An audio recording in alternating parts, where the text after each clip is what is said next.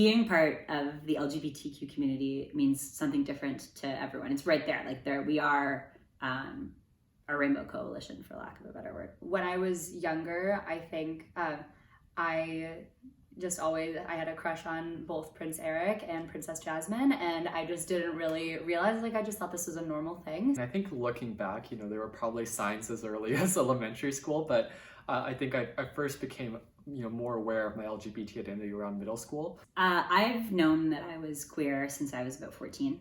And I came out in my 20s. I officially started to identify as bisexual my senior year of college. It took me a while, after I graduated undergrad. There's the propensity for guys talk, right, about, the girls in your class or the girls, in life, whatever. So I was never really a part of, I never really enjoyed those conversations. It just wasn't me.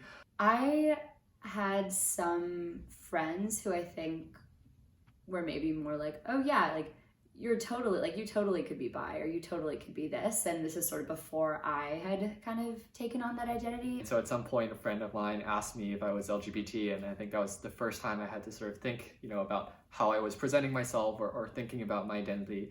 One night after work, me and my then partner were walking in downtown Toronto in the financial district, an area that I've spent a lot of time. We were holding hands. It was about 9 o'clock at night. A man in a suit, who could have been one of my clients, could have been my boss, approached us and basically was like, can I join?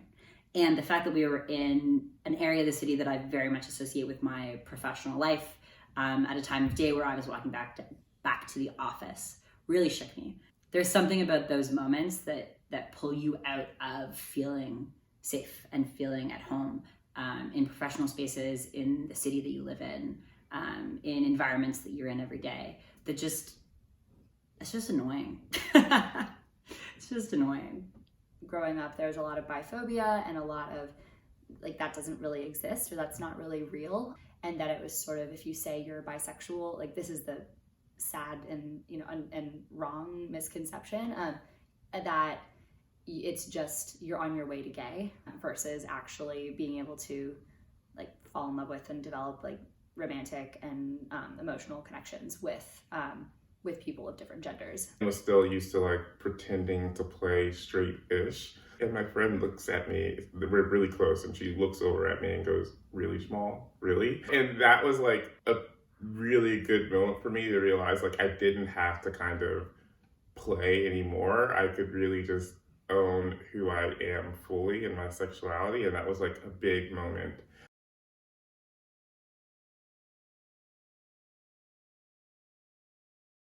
I knew I was queer for a lot of my life before I was willing to share that with the people around me, with my friends, with my family, before I felt ready and before I felt safe. Once I started doing so, other parts of my life started to fall into place. As I grew in my understanding of myself, my productivity and my work product was better, because I wasn't trying to hide aspects of who I am. When I was in Taiwanese military service, I would casually bring up, dating some guy or going through, whatever, just in a very normal way. And oftentimes folks were surprised that I was, willing to come out and be open about it. And I think it really just provided an avenue to, have authentic conversations and to, bond at a deeper level. My first job, I wasn't out in the workplace. And I think it held me back a little bit because I was holding back part of who I was. People respect and having, people who are vulnerable and who are able to be authentic with you. And I think people love to reciprocate that, which I think has been helpful in terms of building deeper connections and better bonds over time. I had a mentor who was incredibly important and instrumental, and he introduced me to someone quite senior who was very important, and could have opened a lot of doors for me. And the way that he introduced me was, this is Jeanette. She does LGBTQ inclusion in tech work, but don't worry, she's not one of the extreme ones. Understanding that someone that mattered to me saw me in that way was really hard. And also made me kind of mad, because I was like, well, what does it mean to be extreme? What makes me an entry level of queer? But it's been moments like that where I remember that I'm seen as different. Even though I don't always necessarily see myself that way, that really push me to show up as a queer person in spaces whenever it's possible.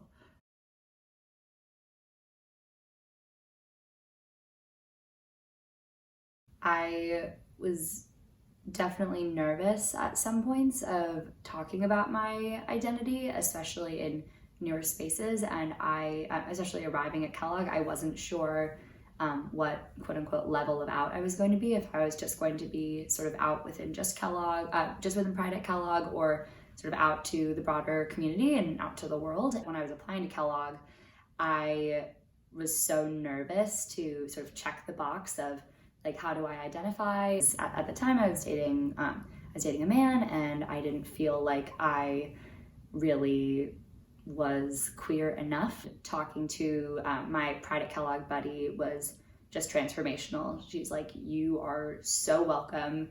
You are here. You're of course a part of this community. There are all different permutations of what it means to be queer, and you're so welcome. Coming to Kellogg is the first place where I could walk into a situation and just fully be authentically myself. Bam, this is me, I'm Jamal, I'm Black, I'm gay, like, this is me. Like, once you meet me, you kind of know that head on.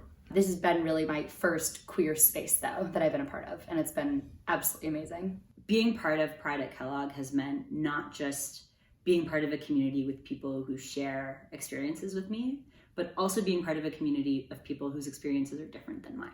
It's been both like a safe home, but it's also been a place to push myself, to meet new people, to challenge myself, to expose myself to new experiences in a way that feels safe and that feels respectful and feels valued.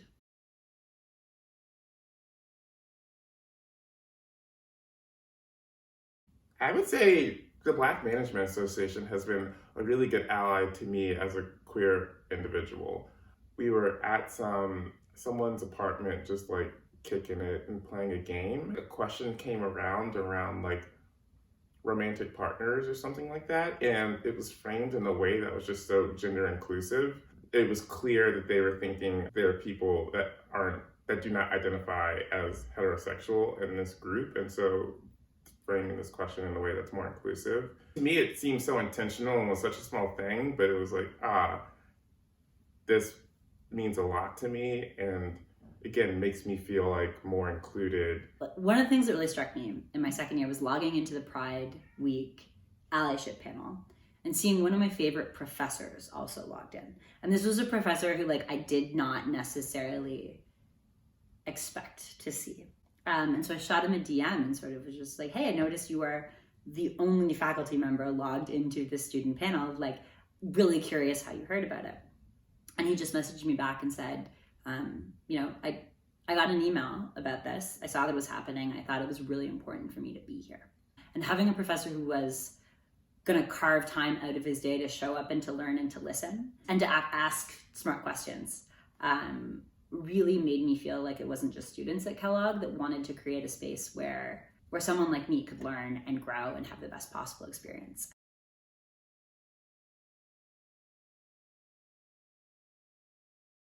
First, I'd be like, welcome home.